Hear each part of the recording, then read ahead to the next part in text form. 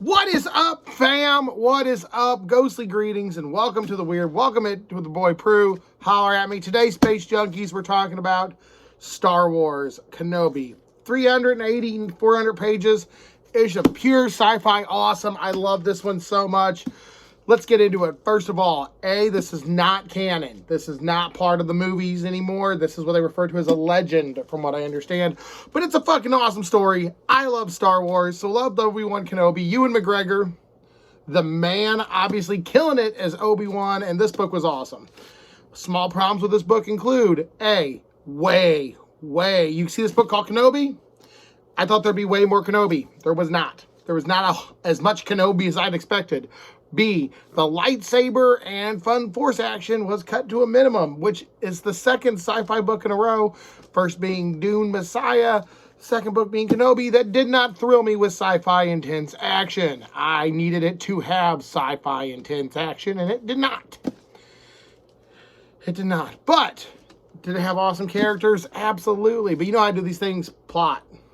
Characters, pros and cons, and how much I just liked the book, which honestly is the whole point of why we're here. The plot is Obi-Wan Kenobi goes to Tatooine to drop off baby Luke.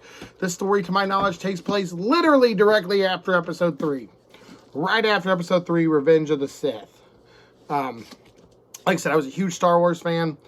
I didn't really dig the new stuff, the new 3 movies. I didn't hate them, but they weren't. I'm never going to just be like, oh my God, I can't wait to watch Episode 8 again. But I swear to God, right now, if you turn on A New Hope, I will watch that whole thing and shut the fuck up and eat pizza all day long. Love A New Hope. But I like the shows. I like Boba Fett. I like The Mandalorian, of course. All that stuff. Full of action. Full of sci-fi intense action. This was not. But the plot is Obi-Wan Kenobi has to take baby Luke to Owen and Beru, and there's some Tusken Raiders that are causing a muck. And the Empire, of course, is still a big thing, recently rising to power.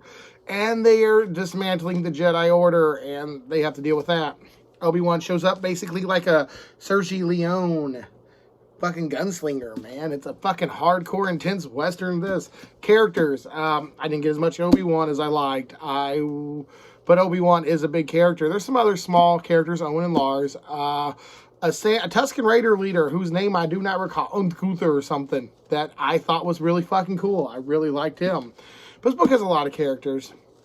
The plot, though, the characters, I'm both going to have to give a B to. While they're both fun, I'm already forgetting them. I just finished this 2 days ago. I do all my reviews on the weekend when I get downtime. Next up, pros and cons. Pros, well written. This is a little Louis L'Amour, a little Clint Eastwood, a little more Western than sci-fi. It worked for Firefly and it worked for Kenobi. John Jackson Miller, you did a great job on writing this. I really appreciate this. And I hear you're awesome to fans. I looked this up on when I gave this book a score on Goodreads.